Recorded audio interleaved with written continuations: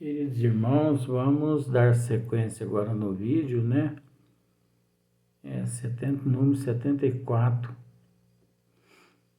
Então aqui eu vou voltar aqui um parágrafo antes para dar sequência nessa maravilhosa resposta de Ramatiz. Então aqui ele diz aqui assim, ó. É evidente que qualquer cruzada profilática sobre o mesmo deve ser efetuada com certa prudência e severa orientação psicológica, pois, do contrário, o seu efeito pode ser até pernicioso e tornar-se alarmante, fazendo recrudescer o pavor e a angústia entre as criaturas mais pessimistas e facilmente sugestionáveis. Então,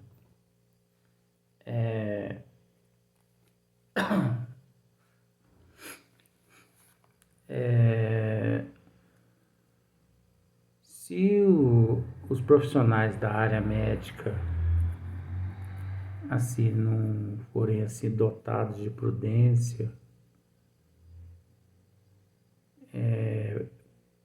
principalmente no momento em que eles vão passar a orientação, eles podem assim desestruturar o paciente. Você observa uma coisa que é por uma questão de ética também que eles agem assim, mas também eles agem dessa forma porque não adianta levar ao conhecimento do paciente aquilo que ele não conhece. O que eu quero dizer com isso? É a mesma coisa aqui, ó. Fazendo recrudescer o pavor e a angústia entre as criaturas mais pessimistas e facilmente sugestionável. Tem pessoas que passam mal e se internam. Então, enquanto não se realiza todos os exames,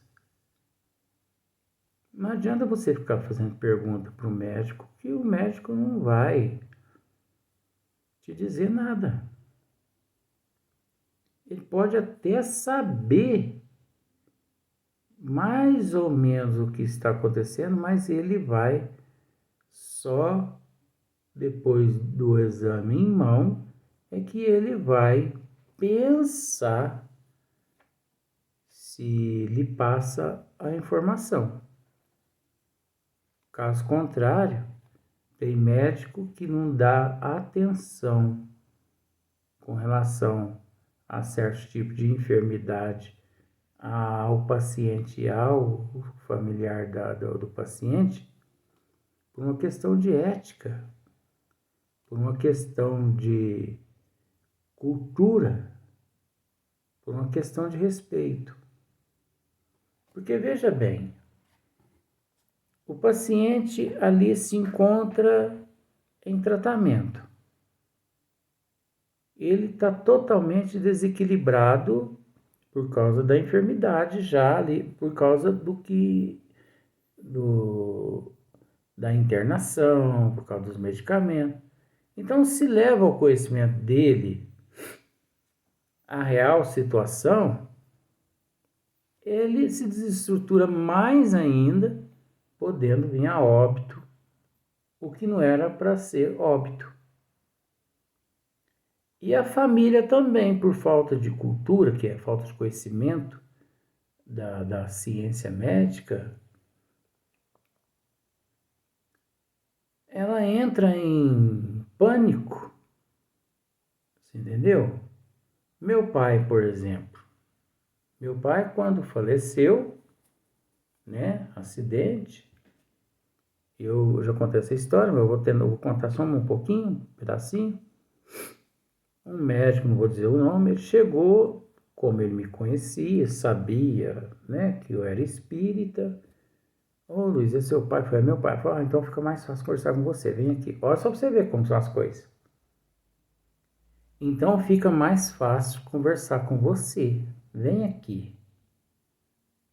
E ele não levou o conhecimento dos meus irmãos que estavam lá presentes. O que ele levou ao meu conhecimento, o que ele trouxe ao meu conhecimento, ele não levou o conhecimento dos meus irmãos. Ele falou assim, ô Luiz, tudo bem? Não, vem. É seu pai? É. Não, então vem aqui, porque fica mais fácil explicar para você. Você tem mais compreensão com relação a esse quadro do teu pai. Eu falei, pois não, doutor.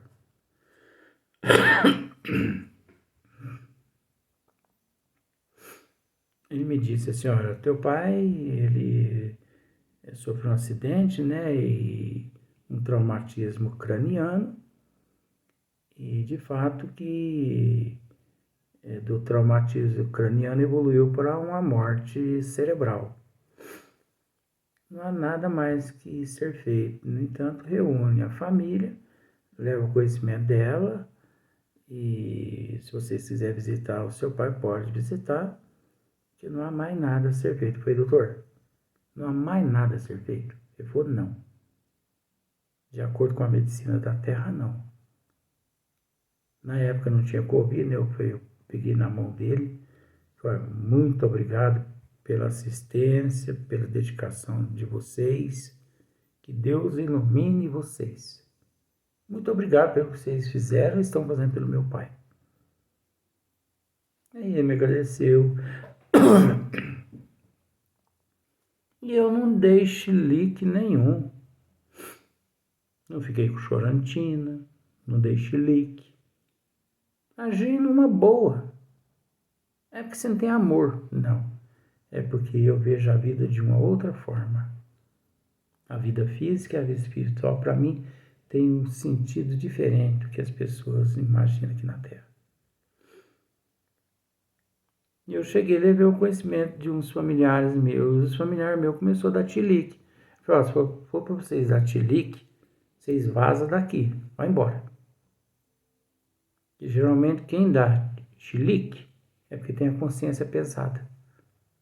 Não fez em vida o que deveria ser feito, agora dá chilique ali naquele momento. Não, gente. Vamos largar de ignorância. Então os médicos estão certos em restringir esses fatos. Dizem a uns, não dizem a outros. Se é 10 itens, eles falam só 2 itens. Eles estão certinho. Ah, mas os pacientes precisam ser informados. Para que você vai? Você quer ser informado para quê? Você entende medicina? Você entende medicina? Você não dá conta nem da tua vida, quanto mais de termos médicos. Você vai salvar lá o seu parente que está lá? Você vai salvar? Você vai chegar lá e vai dizer assim, levanta-te, César. Você vai? Não é assim não, gente. A gente tem que agir com bom senso.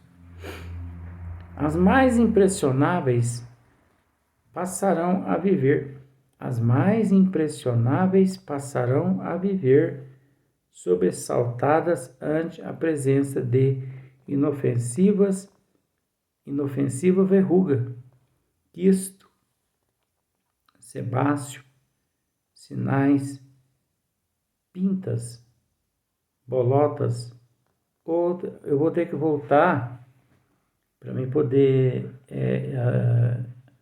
entender esse item aqui, porque de uma hora para outra mudou de assunto. Não mudou de assunto, eu que perdi o sentido da mensagem. É evidente que qualquer cruzada profilática sobre o mesmo deve ser efetuada com certa prudência e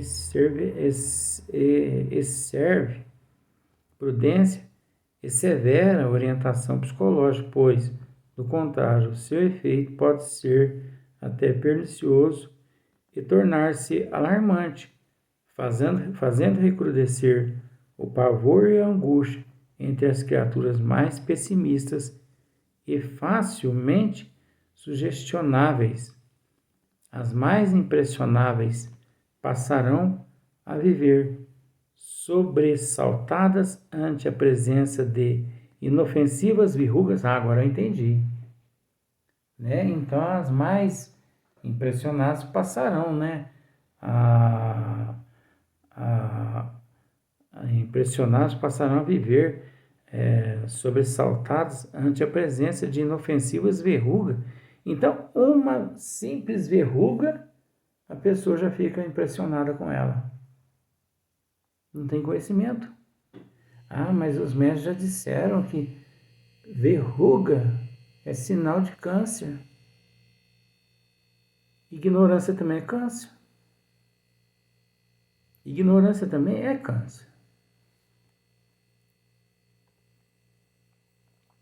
Quisto, sebáceo, sinais, pintas, bolotas ou alterações de cor na pele, a mente assustada e mórbida enche-se-á de preocupação contra o câncer em face de qualquer contusão demorada.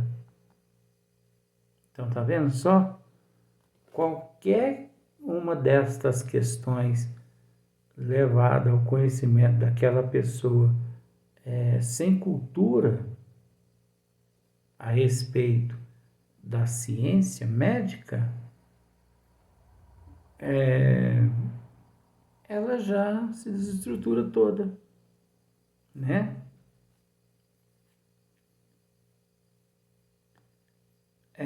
Demorada, gastralgia, resfriado,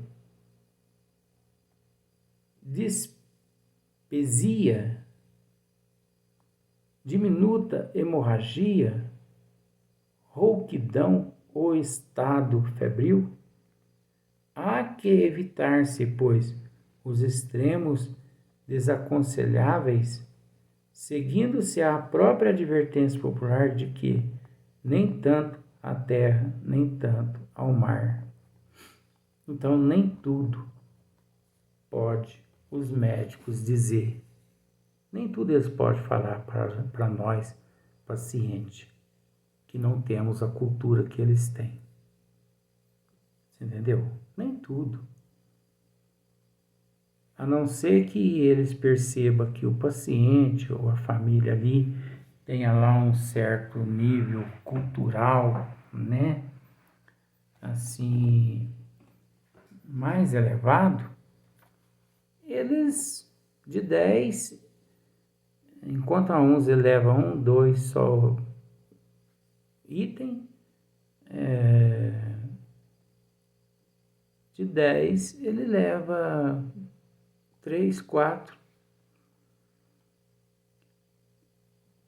Porque, gente, não há importância alguma, desculpe, não há importância alguma a gente, na mão dos médicos ali, ficar sabendo o que a gente tem. Vai adiantar alguma coisa? Vai nos desestruturar mais e quase sempre a família é a mais fofoqueira. A família é que é o problema desequilibrado. A família é que é desequilibrada. Porque a família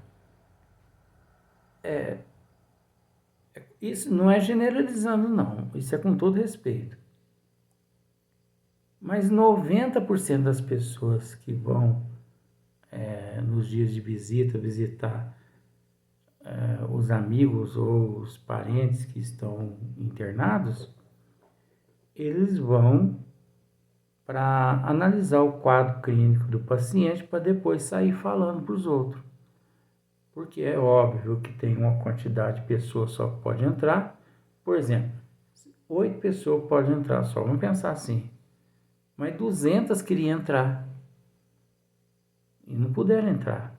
Tem um limite, né? Tá certo? Aí, aquelas 8 pessoas saem falando horrores.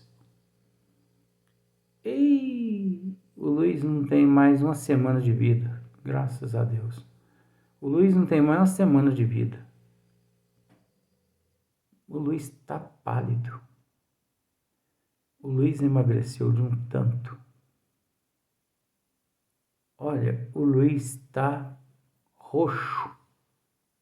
De pálido já passou para roxo. Eu pus a mão assim nos pés do Luiz, tá frio, igual o pé de um defunto.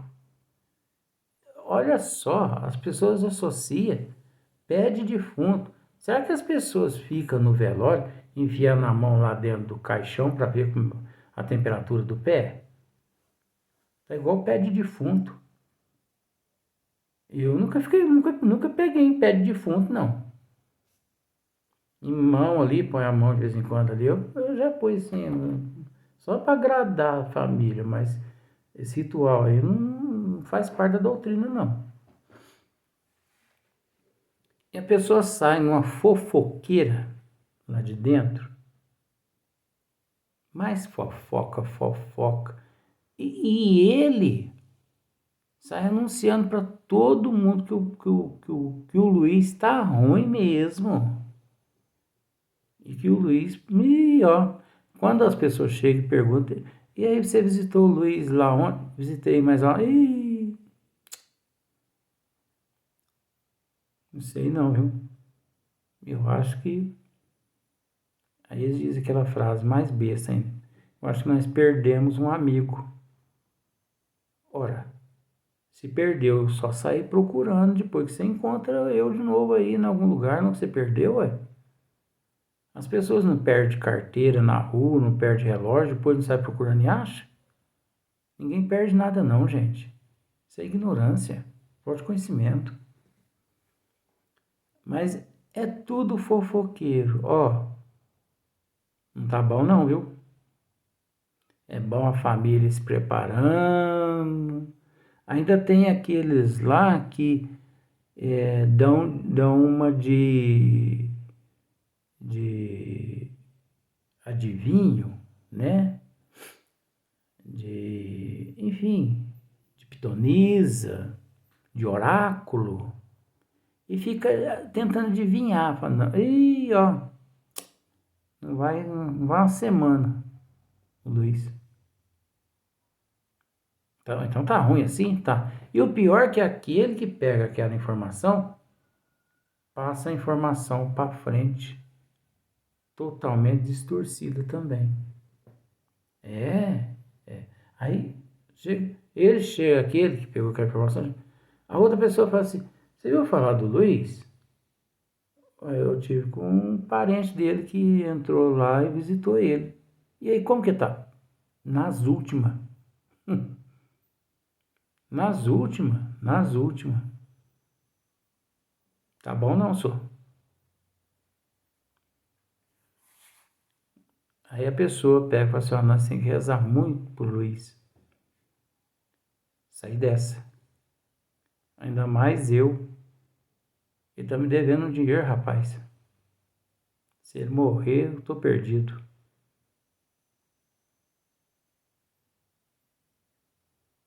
Então, gente, Francisco Cândido Xavier nos disse que em matéria de fofoca nós temos que ser a última estação.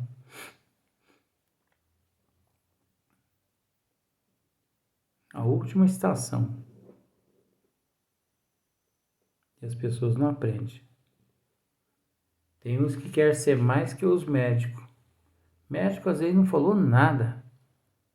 Mas ele entra lá, ele vê o paciente, ele mesmo deduz. O paciente não tá bom, não. E ele sai lá de dentro dizendo coisas horríveis a respeito do paciente. A mente humana é usina de força, cuja voltagem fica sob o controle e o equilíbrio do espírito. Olha só que maravilha. A Matisse está uma maravilha nessas respostas aqui. A mente humana é usina de força. É usina de força mesmo. Cuja voltagem fica sob o controle e o equilíbrio do espírito. É o espírito que manda nessa energia, nessa voltagem toda. Entendeu? Ele que controla todas essas energias, o espírito. Essa força tanto pode ativar as células do organismo e nutri-las sobre um estado de salutar harmonia e construtividade, como também desorganizá-la em sua simbiose energética. Tá vendo? Você viu só aqui? Essa força tanto pode ativar as células do organismo a nutri-las sob um estado de salutar harmonia e construtividade, como também desorganizá-la em sua simbiose energética. Então, a mente, o espírito, ele, através dessa energia, ele pode tanto manter essas energias reguladas, centralizadas, como descentralizá-las, desestruturando-as por completo. Mente desequilibrada desequilibra o corpo físico, desequilibra o sistema imunológico. Você entendeu? Então nós temos que ter em mente que o nosso sistema imunológico, a nossa autodefesa espiritual e física, encontra-se o regulador na mente, no pensamento equilibrado ou desestruturado. Se você possui uma mente desequilibrada, pode observar quantas enfermidades visita o teu corpo físico constantemente. Pode observar. Essas enfermidades são resultados dos teus desequilíbrios psíquicos, dos teus desequilíbrios mentais, do desequilíbrio das tuas energias. Agora, se você traz a mente equilibrada, pode observar, mal uma gripe se instala no teu organismo físico, porque encontra-se o vírus da gripe, encontra-se o teu organismo com o teu sistema imunológico, né, elevado. Então, por isso que Jesus nos diz: conhecereis a verdade, que a verdade nos libertaria, né? Conhecereis a verdade, que a verdade vos libertará. Então, aquele que mais conhecimento tem, ele consegue usufruir com mais dignidade, com mais amor, com mais respeito, né? Com mais dignidade mesmo, como eu já disse. Ele consegue usufruir aquelas energias com mais equilíbrio. Então agora nós vamos passar para o próximo vídeo.